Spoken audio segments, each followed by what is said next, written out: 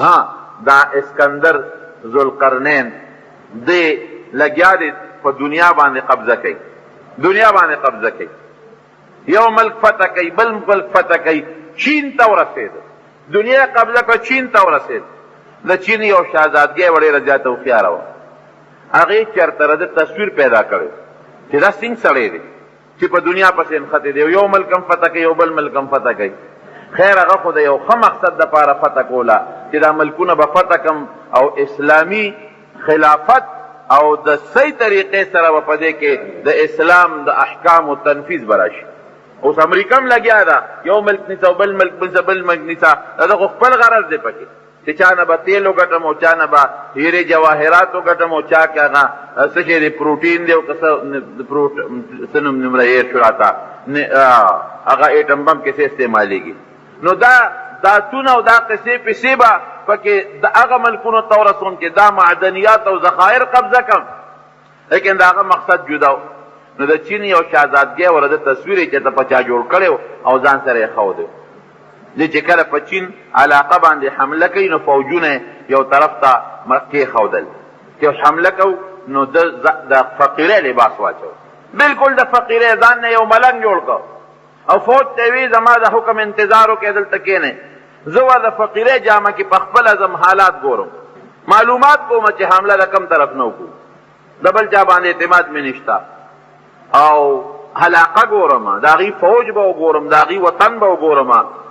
نو جامع بدله کړه چې ما څوک ونه پېژني او د ملنګۍ او د فقیرۍ لباس یې واچو او ورننوت. چېرته هغه شهزادګۍ بره ناسته وه په خپل محل کې او دې یې صحیح کړ، ملنګ یې صحیح کړ. چاته یې ویل که تاسو ورشئ دا ملنګ نه مټه ونیسئ ما لې راوله، چې راوست دې سره خو یې تصویر پروت و، کلک یې د مټه ونیوه. او دا خو ته بادشاه یې، ګیر شویله زمونږ ګوتو له خدای راوستې او ورته یې جیل کې واچوې. فوج هلته فوج ته پته نه لګي چې زمونږ بادشاه خو شهزادګۍ ګرفتار کړ. هغې خو وایي چې زمونږ بادشاه تللی دی، خپل معلومات کې راضي به د حملې حکم به کوي، منځ کې ګرفتار. شهزادګۍ حکم وکړه، شهزادګۍ ته هم پته وه چې د دې فوج طاقت مونږ نشو لرلی، که دې مونږ مړم کړو نو بیا به زمونږ ډېره بدر وځي. اوس خو ځکه زمونږ بادشاهي ونیسي جوړه ورسره وکړو نو مونږ جمدي خو به پرېږدي که او که چېرته دې مړم کړو د دونه فوج او دومره لښکر د دنیا قبضه کړه، مونږ به هم قبضه کړي، بیا به رانه انتقام لري چې څه چل به راسره کوي، وجنو یې نه خو یو طریقه باندې ولې اصلاح کړو. دا بادشاهي هم په عقل کېږي، په بې عقلۍ ګرانه ده. جیل کې واچوه، حکم یې وکړه د جیل داروغه ته چې روډۍ پې بنده کړي، اوبار څه پې بند کړي، تیار څه پې بند کړل، 3 ورځې پسې ځان ته حاضر کړل. هغې شهزادګۍ قیمتي لالونه او جواهرات او سره زر او سپین زر د دنیا چې کوم قیمتي هیرې دي ای ورته مخې ته کېښودې.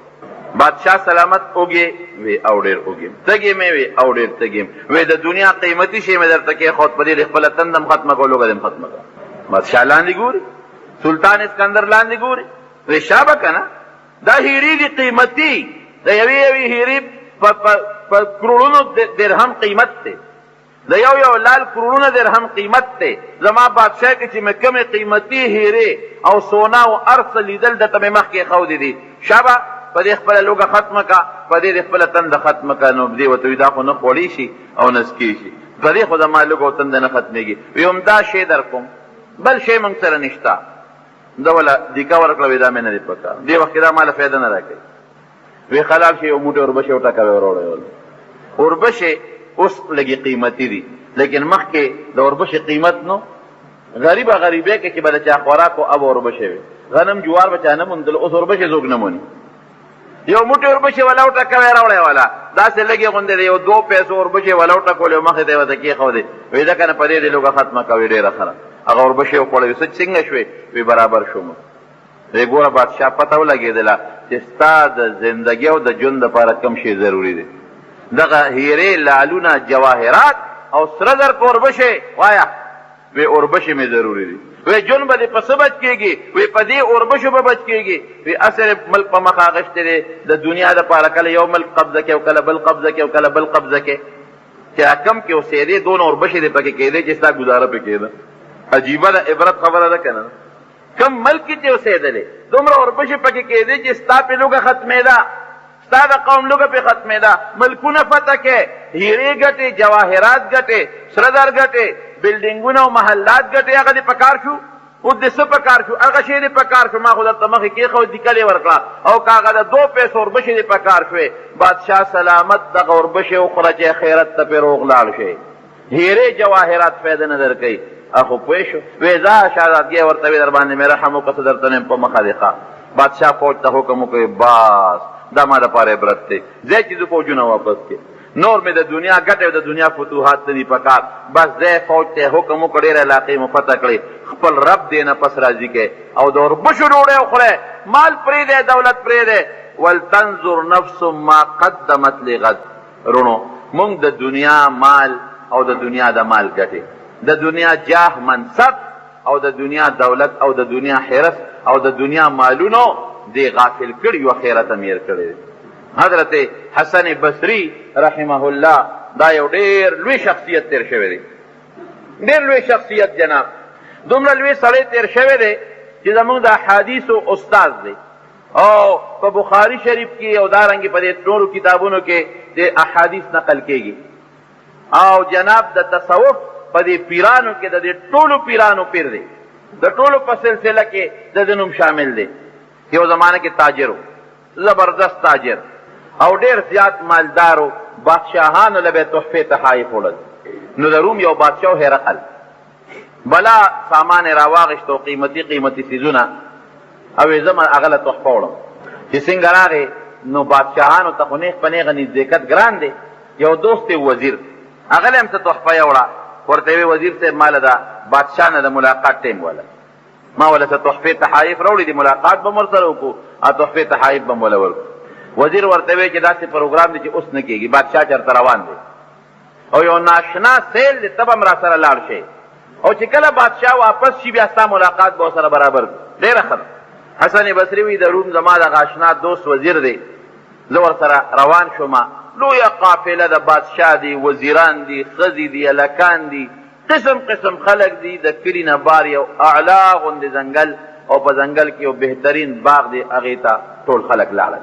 کوئی زما دی دوست دی وزیر مال یو خیمه برابر کړه چې ته په دې خیمه کې کښېنه تماشه کوه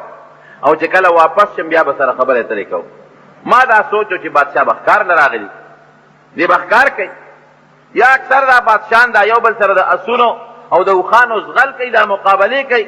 دې له به راغلي سیر و تفریح له به راغلي وی جناب ګورمه چې د دې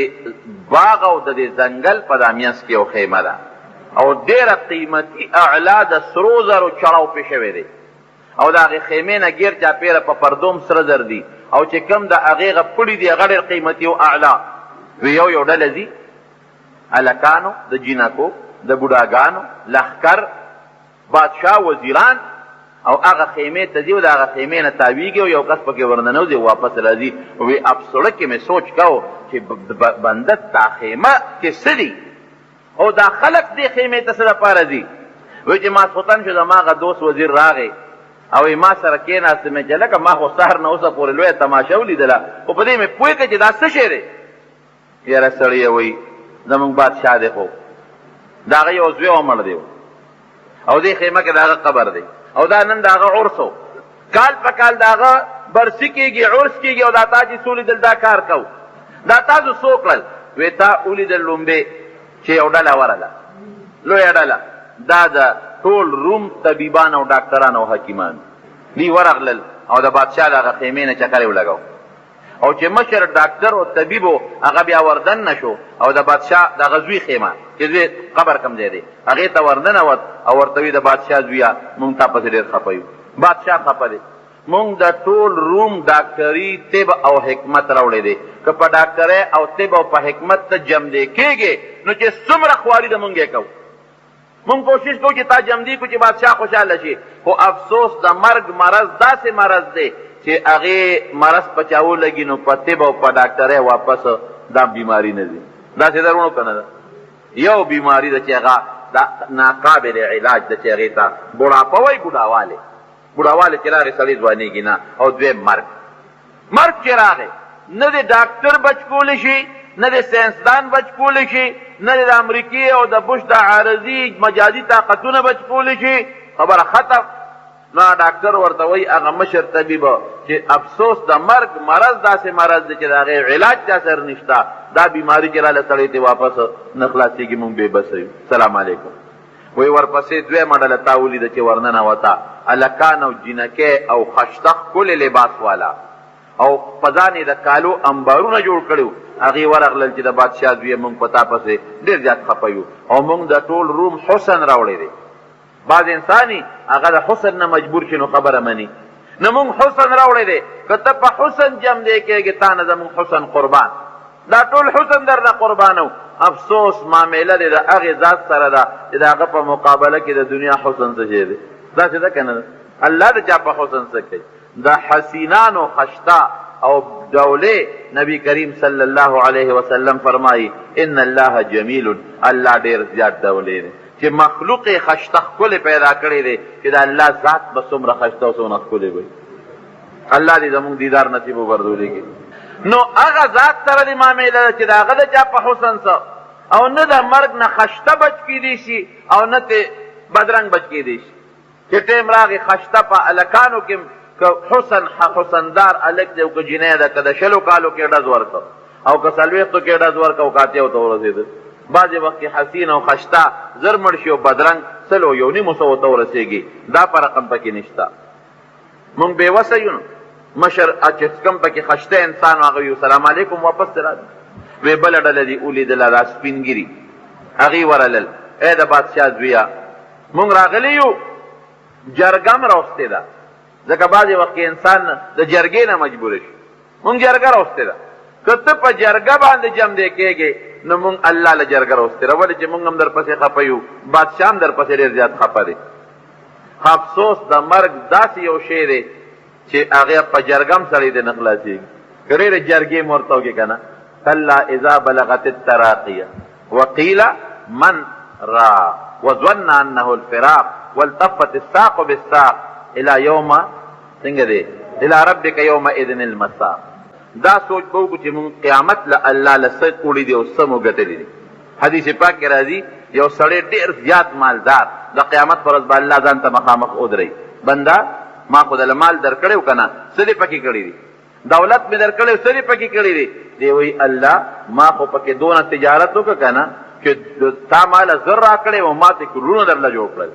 تا ماله 100 را کړی و ما ته درته اربونه جوړ کړل، بلا بلډینګونه مې ترې جوړ کړل او ډېرې زیاتې مې کړې هغه پیسې او ته ما پرېږده چې دنیا ته لاړ شم چې دله یې راوړم. الله ورته وایي حدیث کې راځي حضور پاک مبارک فرمایي شا پرېږده مخکې وګوره، مخکې دې څه رالیږلي دي،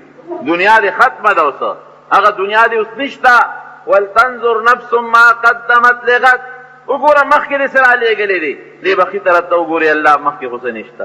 مخکې به وګورې الله اسم نشته، ګس طرف ته به وګورې الله اسم نشته. وی شا پرېږده چې مال دې ډېر کړی دی، خو الهاکم التکاثر د دې مال ډېروالي غافل کړی وي د دې مخکې ژوند نه که نه د آخرت د ژوند نه. وی لا سقونه به فرشتو ته حکم وکړي اوبه نیسي او جهنم ته به ورغوزار کړي.